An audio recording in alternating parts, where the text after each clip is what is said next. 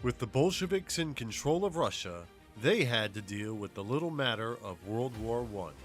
Would they pull Russia out of it the way they promised? Lenin sent Trotsky to negotiate peace with the Germans. Germany was happy to stop the war, for a price. They demanded Russia give up a large chunk of land.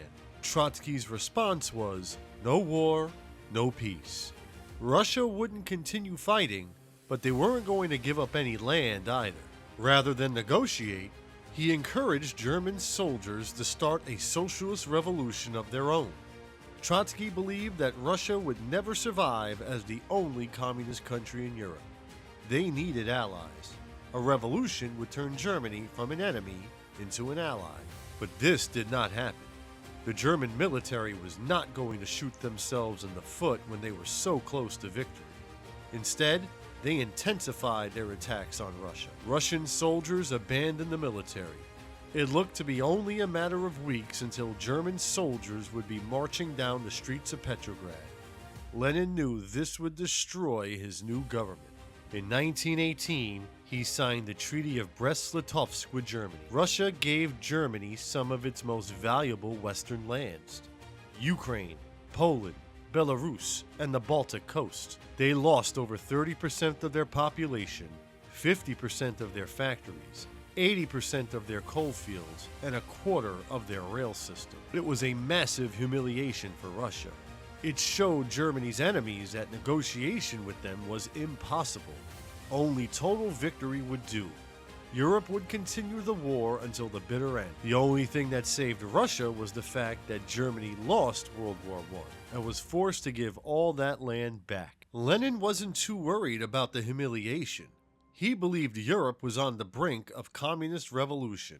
Once the workers gained control of the continent, the treaty would be reversed. Plus, Lenin had bigger fish to fry back home. His enemies were plotting a revolution of their own.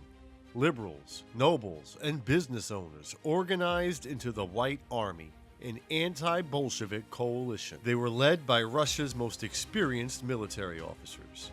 They were bankrolled by Russia's wealthy elite. Britain and France, fearing communist revolution in their own countries, sent troops and weapons to help, later joined by Japan and the United States. The Russian Civil War had begun. Lenin was facing his biggest challenge yet. He did have some advantages. First and foremost, he had the people. More and more soldiers, factory workers, and peasants had joined the Bolshevik cause since the October Revolution. Second, the Bolsheviks had experience. They formed the Red Guards after the Kornilov affair to defend the revolution, then overthrew the provisional government by force. They fought the Germans in the last days of the war. They were no longer Red Guards. They were the Red Army. Only those who were reliably communist could serve in the Red Army. And communists could be found among the proletariat.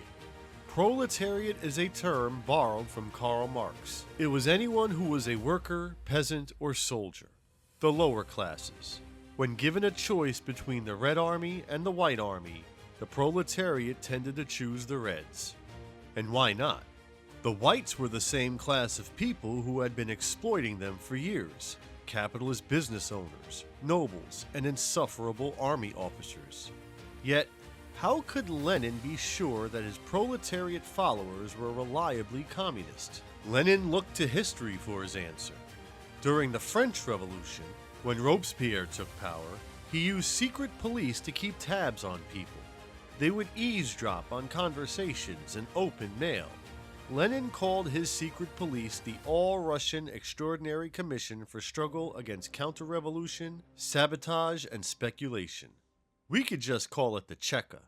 The Cheka arrested and executed people, even people who may not have done anything wrong. Their job was to instill fear in the population, the same way Robespierre did during the Reign of Terror in France. Russians would fear the name Cheka for years to come. Lenin won the Civil War mostly thanks to the Red Army and the Cheka. Not only were the proletarians on his side, they were united and disciplined in a way the White Army never could be. The Whites had the money and the leadership, but they never agreed on their goals. Some wanted Russia to be a democracy. Others wanted the Tsar back. Some historians have called the Red Army an army of soldiers without generals, and the White Army an army of generals without soldiers. And speaking of the Tsar, Nicholas and his family had been prisoners since the February Revolution. The provisional government put them under house arrest outside of Petrograd. As Petrograd became less safe, they were moved to Siberia, the isolated region where so many Tsars had imprisoned their enemies. After the Bolsheviks came to power, they were moved again to Ekaterinburg in anticipation of putting them on trial. In 1918, during the Civil War, rumors spread that White Army forces intended to liberate the royal family from Ekaterinburg, where they would restore Nicholas to the throne. Lenin figured they can't restore the Tsar if there was no Tsar to restore. At around 2 a.m. on July 19, 1918, the royal family's Bolshevik guards woke them up and brought them to a basement. They were informed that the government's orders were they be executed. The guards drew their pistols and killed Nicholas first, his wife Alexandria, his 4 daughters, Olga, Tatiana, Maria, and Anastasia, and his only son, Alexei, the heir to the throne, were killed. The daughters had hid some jewels in their clothing by sewing them in the lining. This caused the bullets to bounce off them. The guards dispatched them by stabbing them with bayonets and shooting them in their heads. The Romanov dynasty was no more. The Civil War demonstrated the lengths Lenin was willing to go to hold on to power.